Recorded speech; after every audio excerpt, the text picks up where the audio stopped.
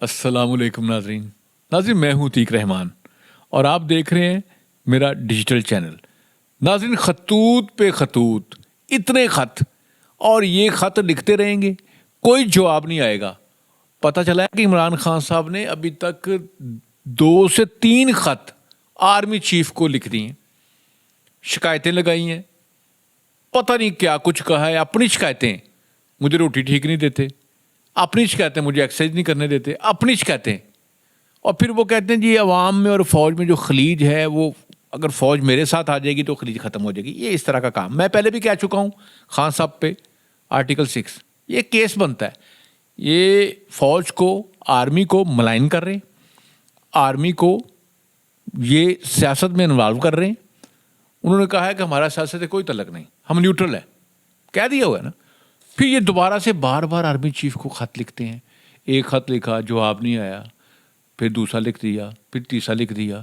मतलब इनको शर्म नहीं आएगी, चौथा भी लिखेंगे, ये पांचवा भी लिखेंगे, ये छठा भी लिखेंगे। ये खत लिखते रहेंगे, क्योंकि जो खत लिखेंगे तो फिर वो न्यूज़ बनेगी ना, बंदा मीडिया में इन रहता है। आपको पता है खान साहब चाहे जेल में है, लेकिन उनका थिंक टैंक जो है वो अमेरिका में बैठा हुआ है, उनका थिंक टैंक यूके में, इंग्लैंड में बैठा हुआ है। वो ये जितनी हमारी ये यूरोपियन रियासतें हैं, वहाँ उनके थिंक टैंक बैठे हुए हैं। वो खान साहब को बताते रहते हैं, अगर आपने खान साहब खबरों में इन रहना है तो ये खत लिखते रहें आप। मतलब ये हुकूमत हमारी कितनी बेबस है यार। ये खत भी मतलब रोक नहीं सकती। ये कहते बड़ा जुल्म हो रहा है, खत तो वो फ़ौरन लिख रहा है, खत कैसे जा रहे हैं। तो वो आर्मी चीफ को आज एक, जब हमारे ये तैयब अर्दगान आए हुए हैं तो वहाँ पे सहाफ़ियों ने पूछ लिया है कि आर्मी चीफ साहब ये बताएं, खान साहब आपको ख़त लिख रहे हैं तो आप ख़त पढ़ते हैं, जवाब देते हैं? उनको जी नहीं, एब्सोल्युटली नॉट, हम ना ख़त पढ़ते हैं, ना खोलते हैं, ना हमें मिले हैं। उनको अगर उन्होंने ख़त को आ भी गया ना मुझे मेरे हाथ, आर्मी चीफ ने कहा मेरे हाथ में ख़त लग गया ना कोई, तो मैं प्राइम मिनिस्टर को भिजवा दूंगा।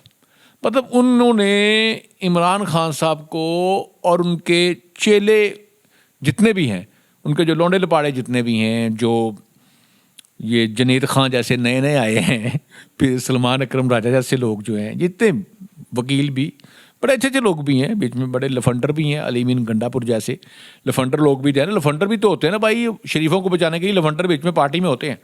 तो ये जो अलीमीन गंडापुर है, इस जैसे लोग जो हैं सारे, ये लोग, ये इन लोगों ने पता है ना पहले भी खान साहब को काफ़ी बर्बाद किया। लेकिन वो ये जो थिंक टैंक है, ये बार बार मजबूर करेगा जनाब कि खान साहब आप ख़त लिखते रहें।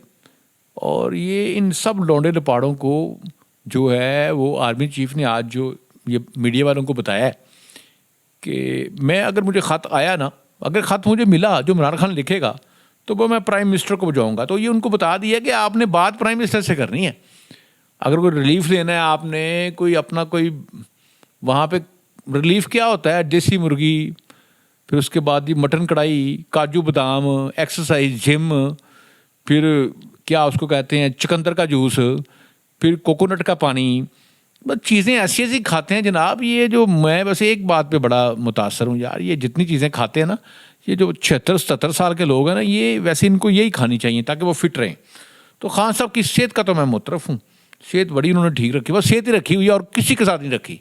खान साहब ने अपनी बस सेहत रखी है, ना उन्होंने अपने कज़नों के साथ रखी है, ना अपने माँ बाप के साथ रखी हुई थी, ना अपनी बहनों के साथ रखी हुई थी पहले, ठीक है, ना ही और किसी रिश्तेदार, जो जितने भी कज़न हैं इनके सब लड़े हुए हैं। सिर्फ खान साहब ने अपनी बीवियों के साथ भी नहीं रखी हुई थी पहले। अभी एक बीवी रखी हुई है, वो भी उनकी मुर्शद है, इस वजह रखी हुई है, जो उनके साथ मिलकर करप्शन करती है, चोरियाँ करती है, डकैती मारती है, जो उनके साथ मिलकर 5-5, 6-6 कैरेट वाले डायमंड मांगती है, जो अल कादर ट्रस्ट की ज़मीन अपने नाम लगवाती है, जो और भी तोशाखाना की घड़ियाँ बेचती है। ये मतलब एक बीवी साथ रखी है। बाकी खान साहब ने बस अपनी सेहत रखी हुई है और इन्होंने किसी के साथ नहीं रखी। खान साहब ने बस अपनी सेहत रखी है, किसी के साथ नहीं रखी। तो जनाब, आज मैं ये बात आपको बताने वाला हूँ कि एक नई बात, आज खबर जंगल में आग की तरह, जंगल में जिस तरह आग फैलती है इस तरह फैली है कि जनाब, जो अपने मोहतरम जनाब जो कहते हैं वड़ गया शेर अफजल मरवत, उनको इमरान खान साहब ने अपनी पार्टी से निकाल दिया है। और पार्टी में बहुत सही डिवीजन है। कुछ लोग कहते हैं जी शेर अफजल मुरव्वत को सही निकाला है, खान जो करता है ठीक करता है। कुछ कहते हैं जी खान जो उन्हें नहीं निकाला, वो उसके साथ जो लोग बाहर मिल के आते हैं उन्होंने अपनी तरफ से निकाला है, खान ने नहीं कहा, खान ऐसा नहीं कर सकता। वो अभी भी खान को मासूम कह रहे हैं। अब ये रंडी रोना इस तरह से चलता रहेगा, ये रंडी रोना कभी मुकम्मल नहीं हो सकता। ये जब तक मैं कहता हूँ खान साहब जिंदा है, ये रंडी रोना ख़त्म होना इम्पॉसिबल है। खान साहब ख़त भी लिखेंगे, खान साहब और भी पंगे लेंगे, बाहर से वो ट्वीटें भी करेंगे, फिर वो जनाब IMF के साथ आपका जो एग्रीमेंट होते हैं, जो मुआहदे होते हैं, उनको भी सबोताज करेंगे, उसको भी ये डीरेल करेंगे।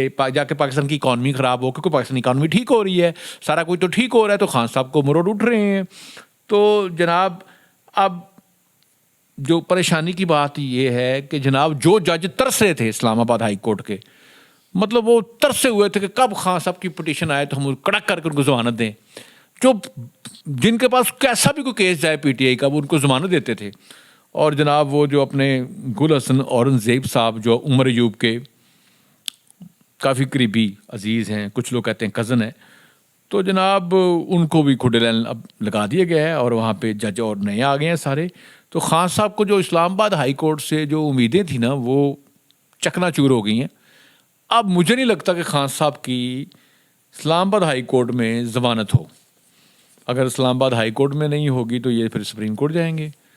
तो मे भी उधर भी जज बहुत सारे नए आ गए हैं, तो हो सकता है उधर भी ना हो। और ये रंडी रोना इसी तरह चलता रहेगा। खान साहब खत लिखते रहेंगे, खबरों में आते रहेंगे, और ये बाहर कहते रहेंगे जी डट के खड़ा है, डट के। ओ भाई डट के खड़ा है, खड़ा रहे 14 साल डट के, आगे उम्र कैद हो जाएगी, फिर डट के खड़ा रहे, ठीक है। फिर ये कहेंगे जी इंतकाल कर गया डट के, तो ठीक है डटा रहे। तो अगर इसी को आप डटना कहते हैं, जो खतूत में तरले मिन्नतें की जा रही हैं, जो वहाँ पे यू टर्न लिए जा रहे हैं, जो माफ़ियाँ मांगी जा रही हैं खतूत में, अगर इसको डट के आप कहते हैं तो फिर जिन जिन लोगों ने आर्मी के साथ डील की है सब डटे ही हुए थे, सब डटे ही हुए थे ना भाई साहब। फिर तो आप किसी को नहीं कह सकते कोई डटा नहीं था। तो ये जनाब इस्लामाबाद हाई कोर्ट में इमरानडू जजों का सफाया, न्यूट्रल जज आ गए हैं, तो अब जमानत निश्ता। खान साहब ओ मां मर गई जड़ी दही ना रोटी देंदी सी। Islamabad high court, supreme court, दोनों जगह थे, दोनों जगहों पे, मैं सुप्रीम कोर्ट में कह रहा हूँ, इस्लामाबाद हाई कोर्ट में कह रहा हूँ, खान साहब ओ मां मर गई जड़ी दही ना रोटी देंदी सी। अब आपको भुगतना होगा, अब आपकी जेल शुरू हो रही है। खाएं आप खाने उधर जितने मर्जी, जो मर्जी खाएं, लेकिन ये जो शेर अफजल मुरव्वत है ना जनाब, उसने एक बड़ी सॉलिड बात की है। कहता जी मेरी कोई ख्वाहिश थी कि मैं इमरान खान को मिलूं, मिलने से इनकार कर दिया है शेर अफजल मुरव्वत ने।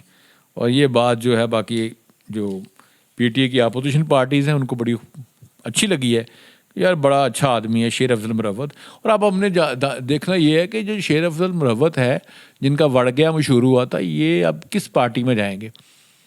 PMLN में जाएंगे, ANP में जाएंगे, या ये जमीयत उलमा इस्लाम में जाएंगे? क्योंकि ये पहले आए तो जमीयत उलमा इस्लाम से थे, तो मेरा ख्याल है ये बैक टू जमीयत उलमा इस्लाम, मौलाना फजल रहमान की पार्टी में ये वापस चले जाएंगे और उधर से आके शायद उसी हल्के से दोबारा इलेक्शन लड़ें और मे भी ये दोबारा से जीत जाएं। क्योंकि PTI की जो पहले वो थी ना एक बड़ी ये हवा बनी हुई थी कि ये बहुत मजबूत पार्टी है, उससे अब काफ़ी हद तक हवा निकल गई है। मैं नहीं समझता कि PTI ने जो अरूज पहले लिया था वो अरूज है। आहिस्ता से जो नए बच्चे हैं जिनके जहनों को परगंदा किया गया था वो भी समझदार हो रहे हैं, वो भी समझ जाएंगे कि अच्छी बात क्या है, बुरी बात क्या है। मतलब आपको गुड एंड बैड का फ़र्क पता लग जाएगा बहुत जल्दी। जो नए बच्चे हैं, जो जज्बाती बच्चे हैं, जो सोशल मीडिया पे अच्छे खासे पढ़े लिखे लोगों को गालियाँ देते हैं, अल्लाह ताला इनको हिदायत दे, इनकी तरबियत इनके वालिदैन को ठीक करने की तौफीक दे। ताज़ीन मेरे आज के इस वीडियो को शेयर ज़रूर कीजिएगा। पाकिस्तान जिंदाबाद।